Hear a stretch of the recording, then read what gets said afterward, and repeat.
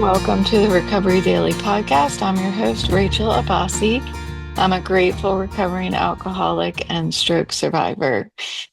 Today is Veterans Day, so I want to say thank you to all the veterans out there.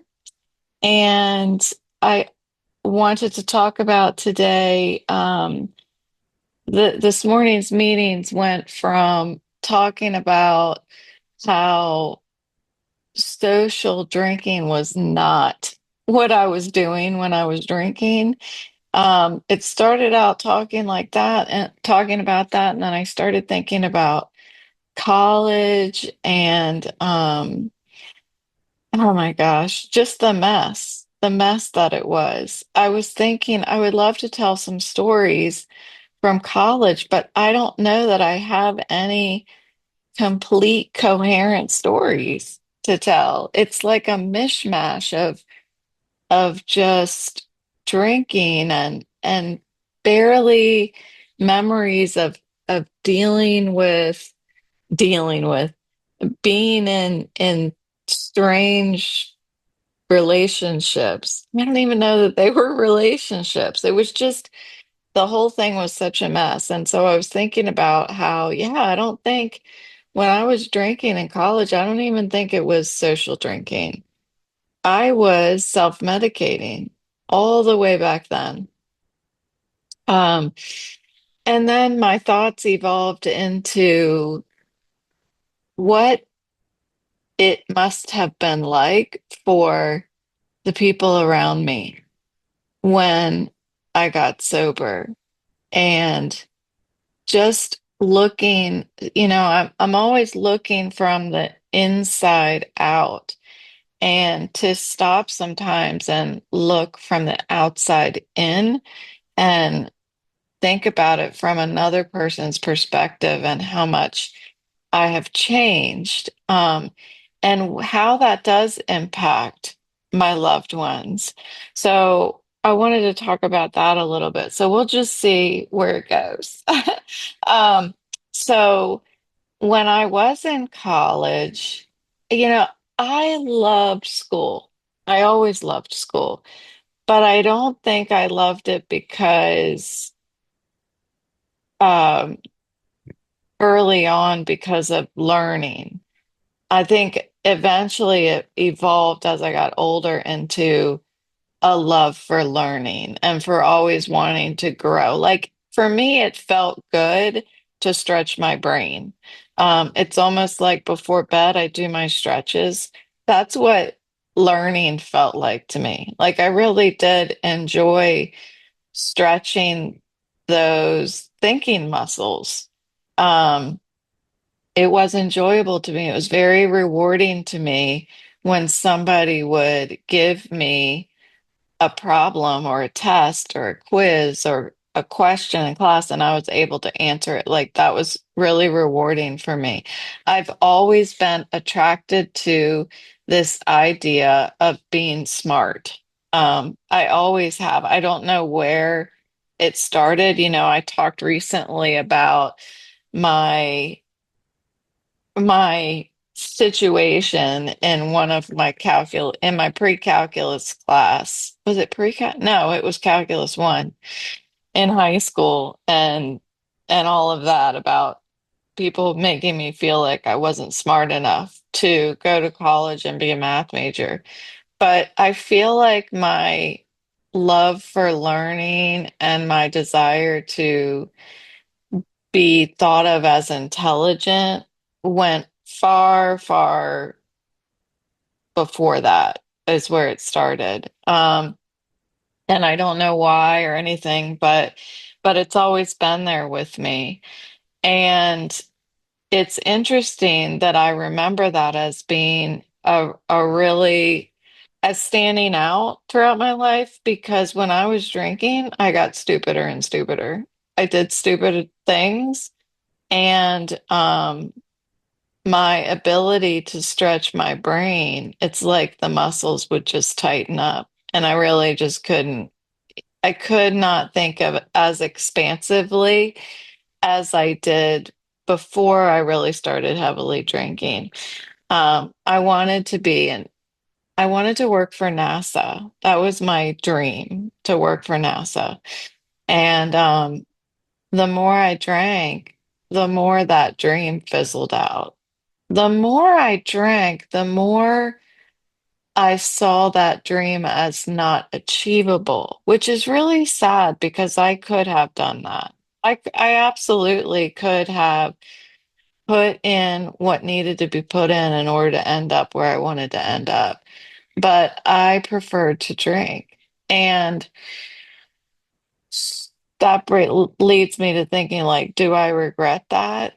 I mean, I can't regret it because if I had taken any different path, I wouldn't be where I am today. And um, I have to be grateful for where I am today. So, so I can't regret it. I can't, even though I want to, I can't. I do think like, what would have happened if I made these decisions? If I had decided to not, I don't even know if I had a choice. Certainly didn't feel like I had a choice to not drink. Um, what would have happened if I really did decide to go in and try out for a play when I was in college? Because that was another thing I really wanted to do. But I kept putting the alcohol first, and yet the alcohol kept making me feel like I wasn't good enough to do any of these things. The alcohol, I heard this morning, alcohol made me lie. Alcohol itself was deceiving me. Um, I was thinking of it this morning like it was a lying potion, almost like in the cartoons, the witch like brews up a potion, and alcohol was one that made me lie. And it was, I was lying to myself. I was building this alternative universe that things just weren't true, where I didn't think I was good enough. Because somebody told me once or twice that I wasn't good enough. So when I put alcohol in my system, I believed it. Um, I I kind of drifted away from purposefully doing anything, reaching for anything. Instead, it was like I was navigating the life that was set in front of me. It's like somebody else was drawing the path that I was supposed to walk on, and then I just walked. I just walked. And and I drew this analogy for you guys, I guess last week. Um, I don't know. I was going to say I trusted that the path was there, but that may be so, but I didn't trust in where the path was going. And I couldn't see beyond my next drink.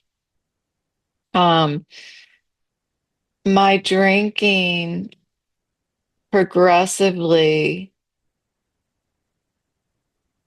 was happening earlier and earlier in the day. And that would happen in college on the weekends when I didn't have class.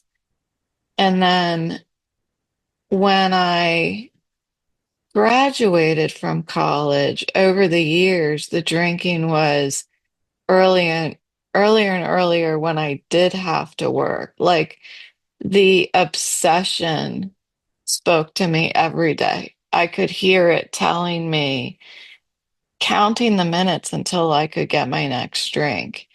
Um, I was constantly fighting with myself. The inner battles that I had were exhausting. And I mentioned how alcohol created this alternate universe with me. Alcohol itself was a lie. Um, but yet I thought it was all true. Um, I thought what others thought about me were, it's like I drew a factual picture of what other people thought of me. And I would base it on anything negative that anybody had ever said to me. That was what I thought everybody thought of me. And therefore, I construed my own thoughts about my relationships with others, because if I thought that they thought these negative things about me, that I wasn't good enough, you know, um intellectually, physically, like I was never good enough, was what was going on with my head, in my head. So my relationships with other people, I could never really have a true relationship where I could be honest with somebody because I felt like I was being judged all the time. I felt like I was doing things wrong all the time. Um, I did not see my capabilities. And one reason for that is because I didn't have the same capabilities when I was drinking. The anxiety that I felt from this energy that was being built from that rubber band that I talked about, that was constantly being twisted and just getting to the point where it was going to snap. Um, it stopped me from being able to do what I was truly capable of in my life. And I only see today what I'm capable of. Um, I would have these big dreams like, I want to work at NASA. I want to be in theater. Um, I wanted to be great, but yet I wasn't willing to do the work to be great because deep down, I didn't think I was worthy. I didn't think I was capable. So I wanted to reach a goal that was way, way up there, but yet I was telling myself, you're never going to reach it. You know? That's amazing to think about.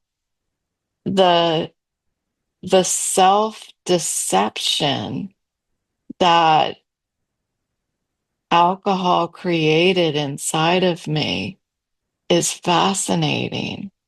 Um, I denied myself of any steps that I could have taken to reach those goals. And it started early on. Uh, I think that before I was drinking, I'm remembering back to high school, like I definitely was drinking in high school, but I just simply couldn't access the alcohol as easily. But I remember feeling like a self-pity, feeling like I wasn't worthy, like I wasn't good enough. I remember feeling that back then. Um, and so when I started having more accessibility to alcohol, that was almost like solidifying those thoughts, those negative thoughts about myself. Um, when I was in high school, I remember feeling like I wasn't cool enough, I wasn't pretty enough, and I certainly wasn't smart enough, like I remember feeling that way. Um, but yet I felt like I needed to be everywhere. Like if there was a party, I needed to be at the party. I would drive my car around aimlessly and have nowhere to go because I wanted to see who was out and where were they, because I wanted to be seen that. that I'm out. And I don't, but yet when I was there, I felt sorry for myself because I was showing up by myself. Nobody actually invited me, you know? I was just there, uh, just not feeling worthy. It's really sad. Um, and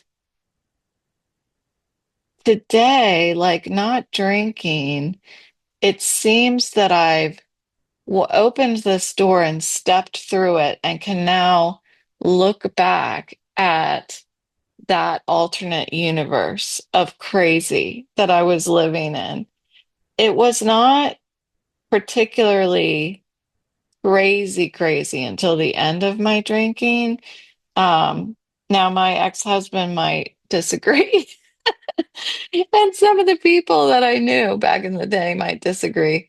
But when I look back, things really got crazy where I was deceiving myself on a regular basis towards the end.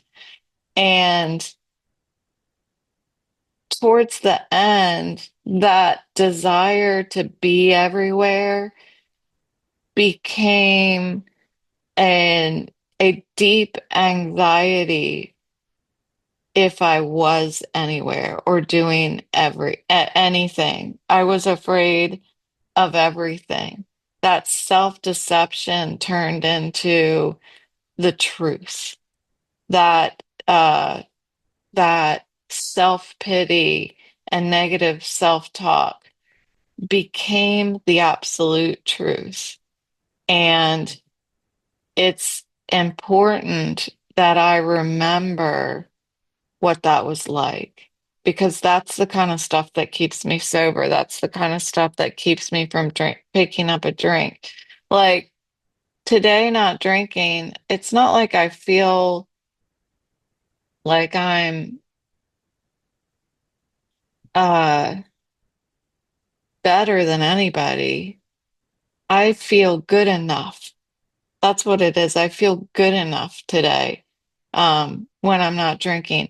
And I have hope when I the thing that makes me create a goal is hope that I think that I can do something better for myself. And today I know the steps that need to be taken in order to reach that goal. And I make a decision. Am I willing to do that or not? And that's with everything. But I know that if I rest in my laurels and don't practice the principles of my program every day in all of my affairs, um, I'm not going to show up and for myself, and I'm not going to, number one, create a goal, much less do anything to reach it. So today, I'm like, I think I like to think of all of this stuff that's going on with SpaceX and how they've really how the whole travel into space and all of those initiatives have just changed and evolved so much.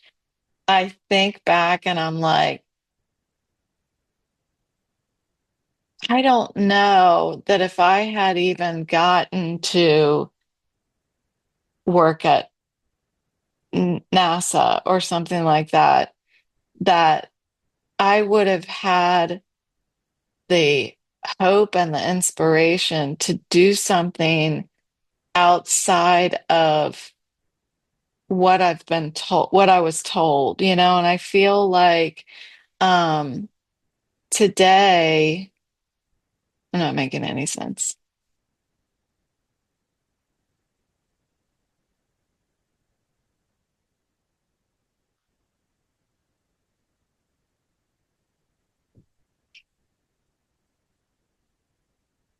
So towards the end of my meetings today, we were talking about how our drinking affected those around us. And that's like the next level of sobriety, to be able to feel healed to a point where I can start looking outward at those around me and think, how did all of this change my relationship with them? How did how did my sobriety and the way that I approach life now with setting goals and actually taking steps to achieve them and achieving them? I mean, go figure. Uh, how does that affect the people around me? And I worry sometimes. I worry about how the people I love may have seen the way that I lived before I was sober and thinking that, well, why couldn't I get her to be that way? You know, why couldn't I help her see that she was worthy enough, that she was good enough? And really, there's nothing anybody could have done to help me reach that point of feeling good enough. What had to be done is the layers had to be stripped away. And it started with my drinking. That had to be stripped away.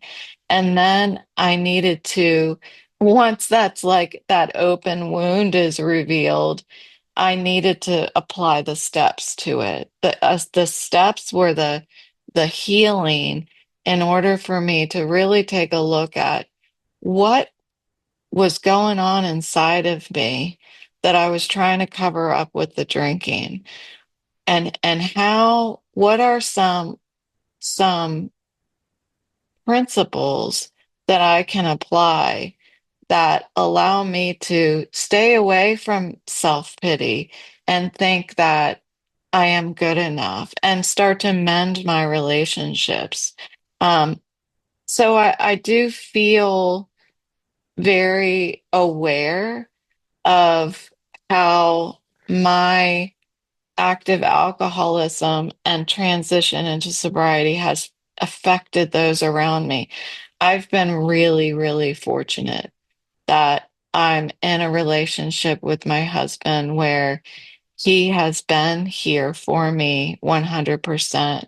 But I am fully aware of that initial challenge of me finding that solution outside of my home, finding that solution outside of my family and friends and my husband. I had to find the solution um, professionally with detox and addiction therapy and meetings.